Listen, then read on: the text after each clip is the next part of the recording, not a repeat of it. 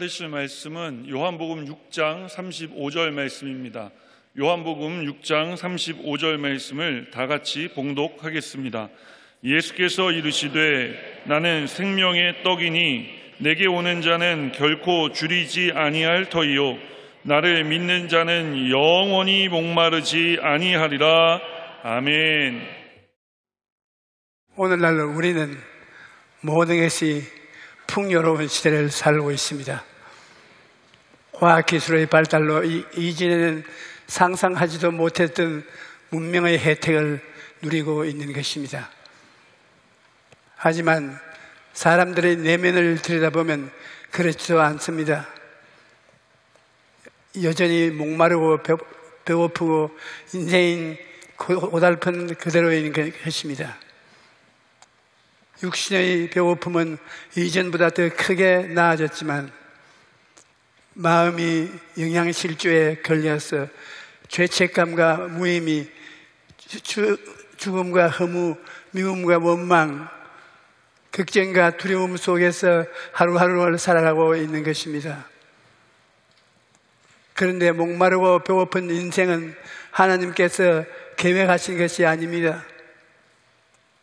인간은 태어날 때부터 그 마음속에 샘물을 가지고 있습니다. 하나님이 아담과 하와를 지으시고 그 속에 생기를 불어넣어 주었었는데 그 생기가 바로 우리 마음속에 있는 영혼의 샘물인 것입니다. 이 영혼의 샘물은 마시면 살 동안에는 아무런 부족함이 없어서 모든 것이 풍요롭고 삶의 의미가 있고 가치가 있고 평안하고 행복한 것입니다. 그러나 이처럼 풍요롭고 행복한 삶이 깨어진 것은 인간의 죄 때문인 것입니다. 아담과 하와가 하나님의 명령을 거역하여 죄를 짓자 그 영이 죽고 생명의 샘물도 말라져 버리고 말았습니다. 하나님께서는 아담에게 내가 내 아내의 말을 듣고 내가 내게 먹지 말라 한 나무의 열매를 먹었은즉 땅은 너로 인하여 저주를 받고 너는 내 평생에 수고하여야 그 소산을 먹으리라고 말씀하신 것입니다. 그러므로 죄 때문에 배고프고 목마른 인생이 시작된 것입니다.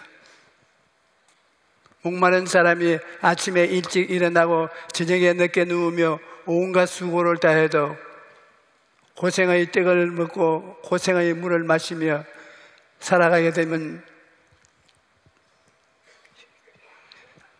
예레미야서 2장 13절에 내 백성이 두 가지 악을 행하였나니 곧 그들이 생수의 근원인 나를 버린 것과 스스로 웅덩이를 판 것인데 그것은 그물을 가두지 못할 터진 웅덩이라고 말씀했습니다. 여러분, 생수의 근원된 분은 하나님밖에 없습니다. 그런데 하나님을 떠나니 목마르고 배고프고 고달픈 인생을 살 수밖에 없습니다. 인생의 배고픔과 목마름은 예수님을 만나야 해결되는 것입니다. 왜냐하면 예수님만이 생명의 떡이요 생명의 물이시기 때문입니다. 예수님께서는 나는 생명의 떡이니 내게 오는 자는 결코 줄이지 아니할 터이요 나를 믿는 자는 영원히 목마르지 아니하리라고 말씀하셨습니다. 예수님을 믿으면 결코 줄이지 않고 영원히 목마르지 않습니다. 예수님께서 사마리아로 가셨을 때 우물가에서 한 여인을 만났습니다. 예수님은 그 여인에게 이 물을 마시는 자마다 다시 목마를 것이나 내가 주는 물을 마시면 영원히 목마르지 않다고 말씀하십니다. 우리가 마시는 물은 육신의 목마름을 해결해 줄 수 있지만 영혼의 목마름은 해결해 줄 수가 없습니다. 죄를 짓고 하나님을 떠난 인생은 아무리 채워도 만족이 없습니다. 사람들은 지위, 명예, 권세, 부귀라는 세상의 물을 마심으로써 갈증을 해결해 보려고 애를 씁니다.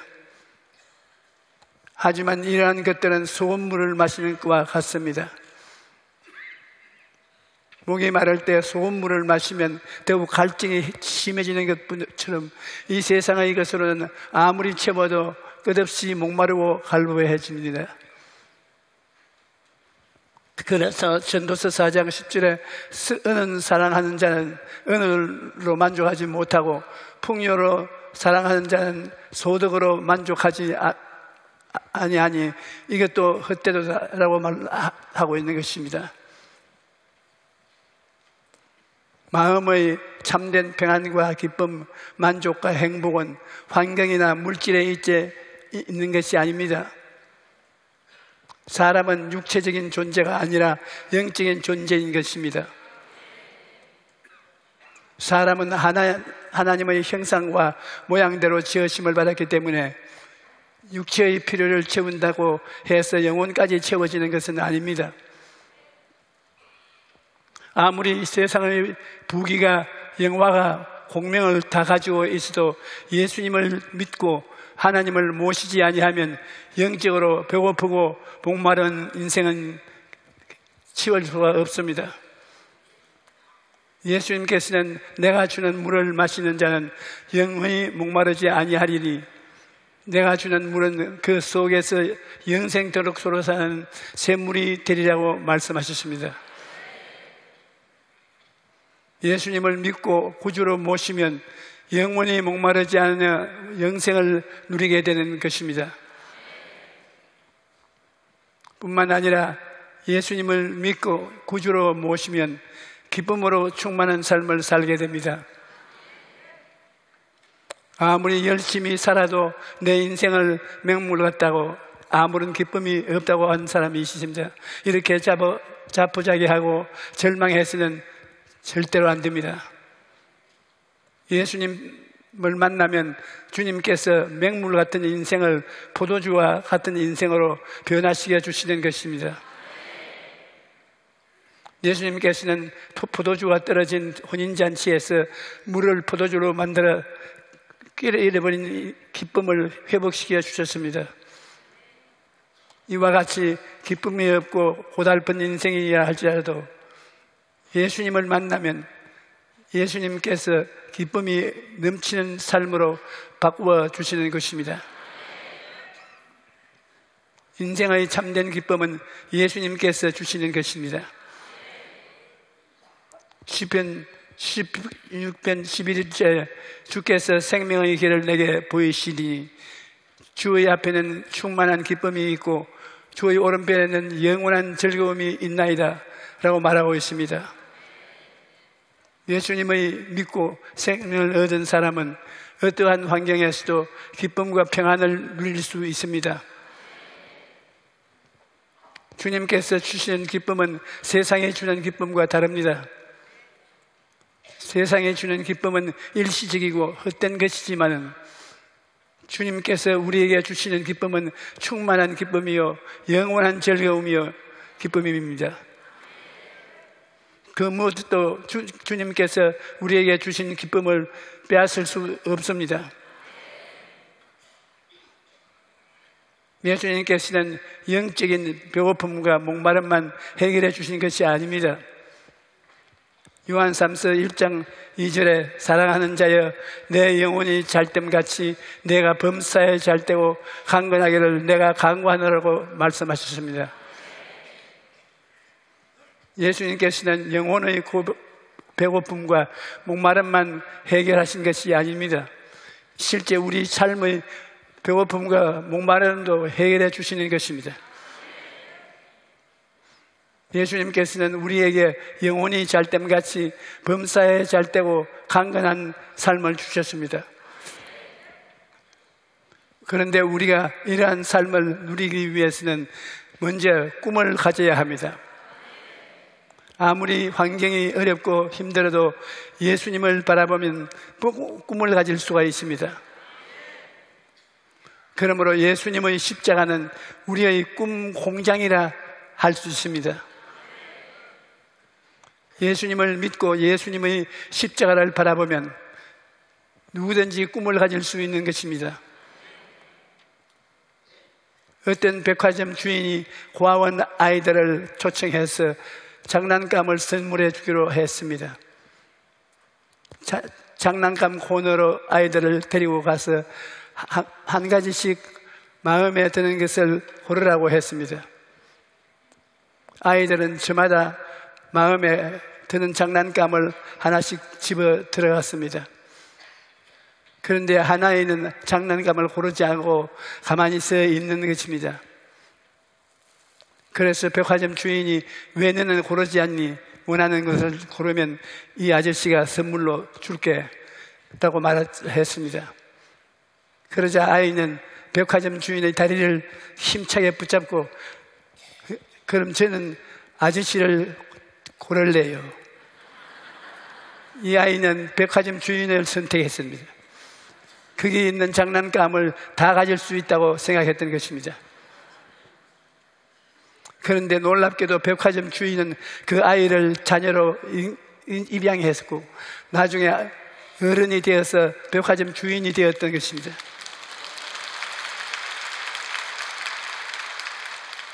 여러분, 하나님의 자녀가 되면 하나님이 주시는 모든 것을 받아 누릴 수 있는 것입니다. 예수님께서는 내 이름으로 무엇이든지 내게 구하면 내가 시행하리라고 말씀하셨습니다. 그러므로 우리는 예수님을 바라보고 꿈을 가져야 합니다. 아무리 하늘에서 은혜의 비가 쏟아져도 그릇을 준비하지 아니하면 받을 수가 없습니다. 우리가 그릇을 준비하면 하나님께서 채워주시는 것인데 그 그릇이 바로 꿈인 것입니다. 빌립보서 2장 13절에 너희 안에 행하시는 이는 하나님이시니 자기의 기쁘신 뜻을 위하여 너희에게 소원을 두어 행하게 하시나니 라고 말씀하십니다. 우리가 꿈이라는 그릇을 준비하면 하나님께서 채워주시는 것입니다. 꿈이 없는 인생은 발전이 없습니다. 옛날에는 사람이 하늘을 난다는 것은 꿈도 꾸지 못할 일이었습니다. 그런데 누군가 하늘을 나르는 꿈을 꾸었습니다. 그 결과 오늘날 우리가 비행기를 타고 하늘을 날아서 출장도 가고 여행도 가고 하는 것입니다. 또 옛날에는 사람이 지구를 벗어나는 일, 달에 가는 일은 꿈도 꾸지 못할 일이었습니다. 그런데 누군가 달에 가는 꿈을 꾸었고 그 결과 지금 달에 가는 것은 어려운 일이 아닙니다. 또 옛날에는 인간이 화성에 간다는 것은 영화에서나 나올 만한 이야기가 되어 있습니다. 그럼에도 최근에 미국서 나사의 화성 탐사선이 화성에 무사히 착륙해서 큰 이슈가 되고 있는 것입니다. 그러므로 모두가 불가능하다고 생각하는 것을 현실로 만들어내는 것은 바로 꿈이 있는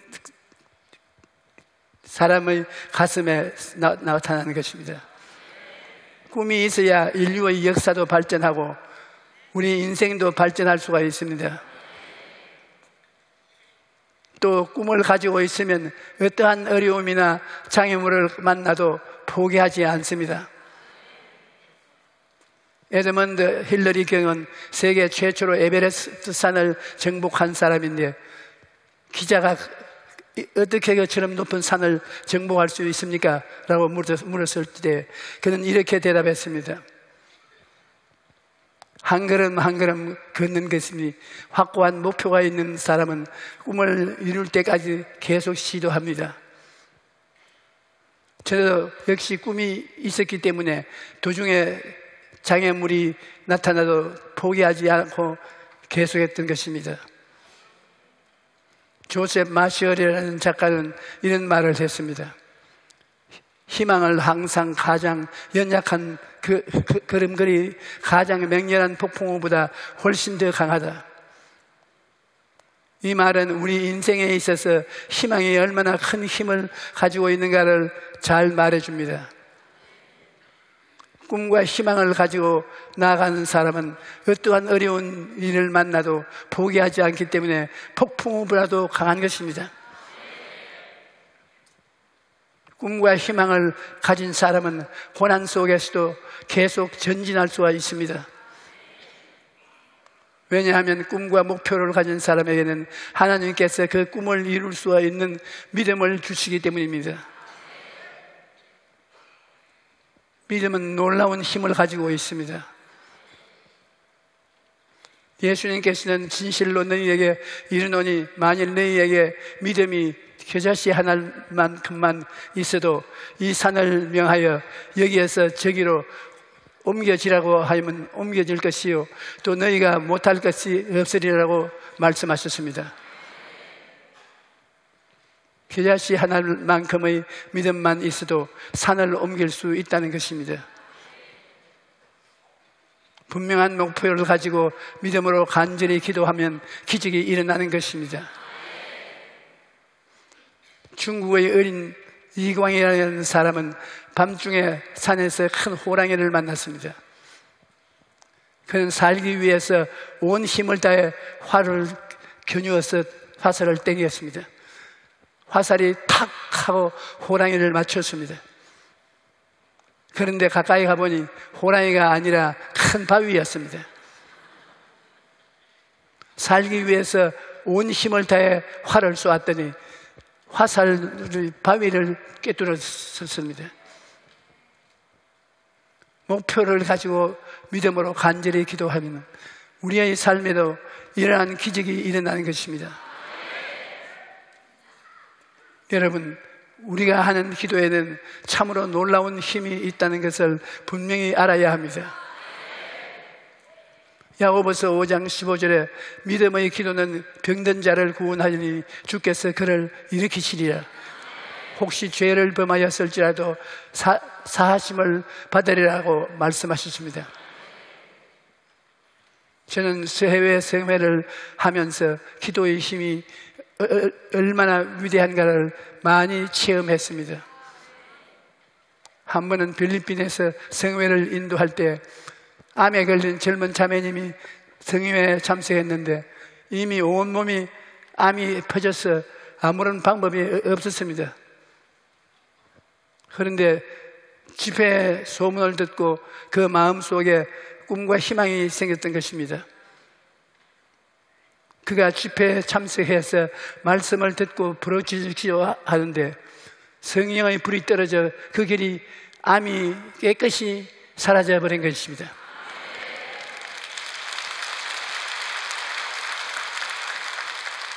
또한 그 할머니는 남편을 데리고 왔는데 남편이 직장암 때문에 바깥 피부까지 꿇어 골마 터졌다고 해요. 그런데 병자를 위한 기도 시간에 남편의 엉덩이에 손을 얹고 간절히 기도를 하고 집에 갔는데 다음 날 자고 일어나 엉덩이를 쓰다듬어 보니까 깨끗이 나았습니다. 할머니가 다음 날 집회에 와서 남편 대신에 간증을 하는데 자고 일어나서 우리 영감 엉덩이를 만져보니까 깨끗이 나았어요. 좋아서 웃음을 웃으면서 간증을 했습니다. 청중들이 다 웃었던 그 기억이 있습니다. 이전에처럼 기도는 불가능을 가능하게 만드는 것입니다. 예레미야서 29장 11절로 13절에 야훼의 말씀이니라 너희를 향한 나의 생각을 내가 아나니 평안이요 재앙이 아니니라 너희에게 미래의 희망을 주려는 것이니라 너희가 내게 부르짖으면 내게 와서 기도하면 내가 너희들의 기도를 들어줄 것이요 너희가 온 마음으로 나를 구하면 나를 찾을 것이요 나를 만나리라고 말씀하고 있습니다. 그러므로 전심을 다해 하나님께 기도하면 우리가 생각하지도 못했던 놀라운 기적을 하나님께서 베풀어 주실 것입니다. 이러므로 예수 믿는 사람은 첫째도 기도요, 둘째도 기도요, 셋째도 기도해야 되는 것입니다. 우리가 기도하면 하나님께서 듣고 응답하시는 것입니다. 이사야 58장 9절에 내가 부를 때 내가 야훼가 응답하겠고 내가 부르짖을 때 내가 여기 있다 하리라 라고 말씀하십니다. 우리가 기도하면 하나님께서 언제든지 내가 여기 있다고 말씀하시며 응답하시겠다는 것입니다. 그러므로 어려움이 있을 때 염려하지 말고 하나님께 기도하십시오. 하나님께 모든 것을 맡기고 기도하면 하나님께서 먹이시고 입히시고 모든 필요한 것들을 예비해 주십니다. 오랜 세월 동안 예수님을 믿고 살아온 경험을 통해서 보면 어려움을 당할 때 어려움을 이길 수 있는 일은 하나님께서 예비해 놓으신 것은 한두 번 체험한 것이 아닙니다. 그래서 저는 어려운 일을 당할 때 항상 피할 길이 있다고 믿고 하나님께서 나아가서 길을 찾습니다. 작은 일이든 큰 일이든 하나님께서 길을 예비해 놓으셨기 때문에 우리는 하나님을 믿고 기도하면 되는 것입니다. 여러분, 어떤 어려운 일이든지 낙심하지 말고 꿈과 믿음을 가지고 기도하십시오. 기도의 사람은 비앤 바운드라는 아주 기도에 대한 책이 있는데 오직 주님만이 산들을 옮길 수 있다. 그러나 우리는 믿음으로 기도를 통해서 주님의 손을 움직일 수 있다라고 기록했습니다. 그러므로 우리가 기도하면 전능하신 주님께서 역사하시는 것입니다. 어떤 환경에 처해 있든지 꿈과 믿음을 가지고 간절히 기도하십시오. 그러면 하나님께서 여러분을 위해 놀라운 기적을 베풀어 주실 것입니다. 할렐루야.